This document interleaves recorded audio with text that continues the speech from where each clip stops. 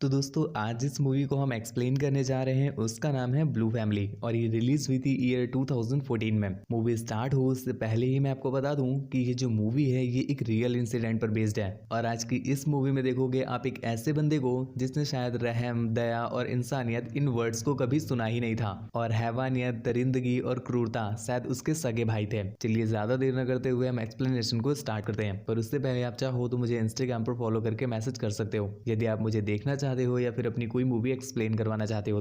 तो movie start होती है और हम देखते हैं एक बंदे को। दोस्तों इसका नाम है अरमांडो और ये डिनर कर रहा है एक लड़की के साथ। उस लड़की का नाम जूलिया है, वो उसके सामने ही बैठी हुई है। अरमांडो डिनर के साथ साथ बातें भी कर रहा है और बातों ही बातों में वो जूलिया को बताता है, तुम्हें मैं जब भी देखता हूँ मुझे मेरी माँ की याद आती है, क्योंकि तुम जितना प्यार मुझसे करती हो मेरी माँ भी वैसे ही मुझसे प्यार करती थी, परंतु अब वो मेरे साथ नहीं है। खैर इसके बाद जब कैमरामैन हमें पूरी तरह से जूलिया को दिखाता है तो हम देख पाते हैं कि जूलिया बेड़ियों से जकड़ी हुई है और पास में ही उसके एक ड्रिंक रखी हुई थी। अरमांडो उससे वो ड्रिंक पीने के लिए कहता है। इसके बाद वो उसकी बेड़ियों को भी खोल देता है, पर हम ये बात नोटिस कर पा रहे हैं कि जूलिया बहुत समय से बेड़ियों में जकड़ी हुई है, इस वजह से उसका हाथ भी अब ठीक से काम नहीं करता और यही रीजन है कि जब वो ड्रिंक उठाती है तो उसके हाथों से ड्रिंक गिर जाती है, जिस पर अरमांडो को बहुत गुस्सा आता है और वो जूलिया को पीटने लगता है। इसके अगले सीन में हमें दिखाया जाता है एक बेसमेंट जहाँ पर जूलिया को वो बांध कर रखता है। वो जूलिया के पास में आया हुआ है और उससे बातों ही बातों में बताता है उसने जूलिया को इसलिए बांध कर रखा है क्योंकि वो अपनी एक खुद की फैमिली बनाना चाहता है और उसी की वो तैयारी में लगा हुआ है। खैर इसके अगले सीन में हमें पता चलता है कि अरमांडो का काम बस टॉर्चर करना ही नहीं है, इसके साथ साथ वो एक जॉब भी करता है। यहाँ पर जब वो अपने जॉब पर आया हुआ था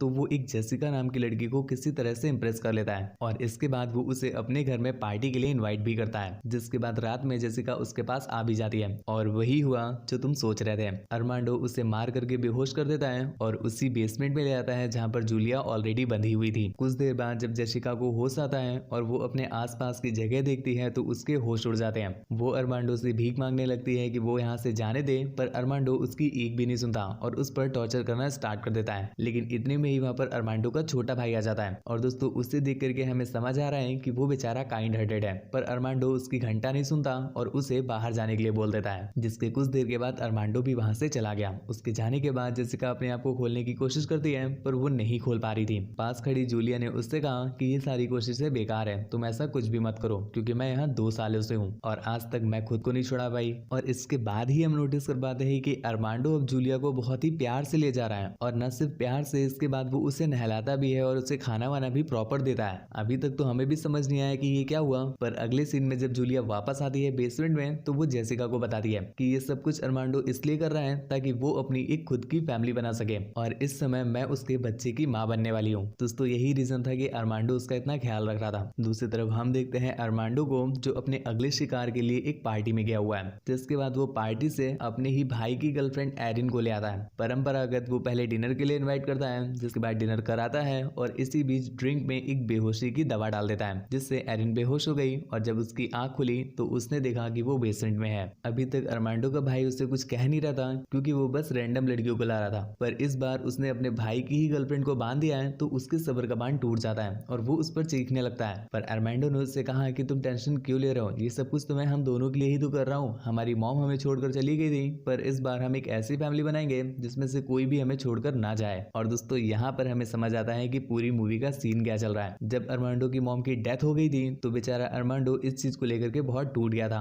और इस चीज ने कहीं ना कहीं उसके माइंड में ये चीज घर कर दी है कि वो जिस किसी को भी पसंद करेगा वो उसे छोड़कर चला जाएगा। इसलिए उसे जो भी लड़की पसंद आती है वो उसे अपने साथ ही घर पर बांध देता है। तो ये बात जब उसने अपने भाई डेविड को समझाई तो वो भी ये बात मान जाता है और इसके लिए उसे कुछ भी नहीं कहता। इसके बाद अरमांडो सीधा जाता है बेसमेंट में और यहाँ पर जो तीनों लड़कियां थी वो उन पर टॉर्चर करना स्टार्ट कर देता है। उसका ये मानना था कि वो टॉर्चर इसलिए कर रहा है ताकि ये लड़कियां उसकी रिस्पेक्ट करना सीख सके। हालांकि टॉर्चर तो वो सभी के साथ बराबर करता है, पर उसके बाद वो जूलिया के साथ बहुत अच्छे से ट्रीट करता है क्योंकि वो उसके बच्चे की माँ जो बन रही थी तो वो काफी अच्छे से उसके साथ ट्रीट करता है और जूलिया उससे कुछ खाने की डिमांड करती है जिसे वो पूरा भी करता है। खैर ऐसे करते करते काफी दिन बीत जाते हैं और नीचे वो तीनों ही लड़कियां काफी गंदी हो चुकी थी। तो एक दिन जूलिया अरमांडो से कहती है कि हम सभी लोग बेसमेंट में रह रहकर बहुत गंदे हो गए हैं, प्लीज हमें बाहर नहलाने के लिए ले जाओ। अरमांडो भी उसकी बात मान लेता है और उन तीनों को एक एक करके अपने सामने ही शावर देता है और शावर देने के बाद वो उनके साथ वहीं पर इंटीमेट भी होता है। खैर धीरे धीरे करके अब अरमांडो को भी लगने लगा है कि ये लड़कियां उसकी रिस्पेक्ट करना सीख गई हैं और अब ये फैमिली बनने लायक है,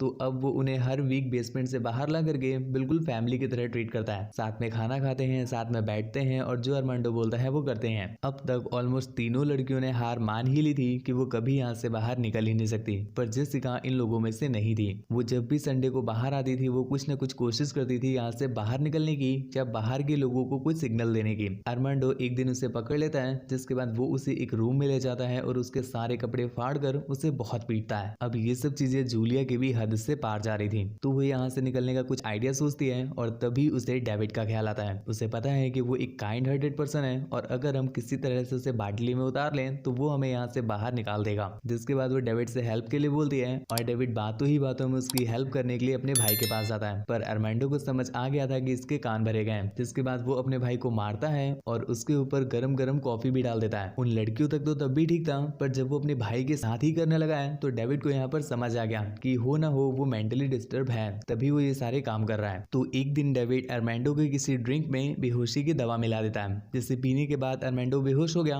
जिसके बाद वो उसकी सारी चाबियां लेकर के बेसमेंट में आ जाता है। बेसमेंट में आने के बाद उसने वो चाबियां सभी लड़कियों को दे दी और अपने आप को आजाद करने को कहा। लेकिन कुछ देर बाद अरमांडो को होश आ गया, तो वो सुनता है कि जूलिया बहुत जोरों जोरों से चीख रही है। जब उसने नीचे आकर के देखा तो उसे लगा कि शायद जूलिया लेबर में है, तो वो जल्दी से जाता है बाहर दवाइयां वगैरह लेने के लिए। पर इस बीच हम देख पा रहे हैं कि वो किसी लेबर में नहीं है, बस ये सारा प्लान डेविड और जूलिया का किया कराया हुआ है। तो यहाँ पर जब वो दवाइयां वगैरह ले रहा था, दूसरी तरफ वो सभी लड़कियां अपने आप को आजाद कर लेती हैं और उनकी किस्मत अच्छी थी कि उन्हें पास में ही एक बंदा जाता हुआ दिख गया। तो जेसिका जल्दी से उससे हेल्प मांगती है और उसे अंदर बुलाती है। वो बंदा बेसमेंट में जाकर के जल्दी से पुलिस को कॉल करता है और वो सभी के सभी वहां से निकलते इससे पहले ही वहां पर अरमांडो आ गया। पर जैसे मैंने आपको बताया कि आज किस्मत ने ठान कर रखा है कि वो इन 3 लड़कियों का साथ नहीं छोड़ेगी। जैसे ही अरमांडो वहां पर आया उतने में ही पुलिस भी वहां पर आ गई, जिसके बाद फाइनली ये तीनों की तीनों लड़कियां आजाद हो चुकी हैं। इसके बाद मूवी के एंड में हम देखते हैं कि जूलिया की बेटी दुनिया में आ चुकी है और जूलिया उसे आजादी की वैल्यू सिखा रही है। और मूवी के एंडिंग में हमें बताया जाता है कि ये मूवी बस हमें ये बताना चाहती है कि जो चीजें आपको पसंद है ऐसा जरूरी नहीं है कि उसे आप अपने साथ बांध कर रखो। और ये अगर इंसानों के साथ होता है तभी आपको पता चलता है, अगर किसी मासूम जानवर के साथ हो रहा है तो आप इस पर घंटा ध्यान नहीं देते।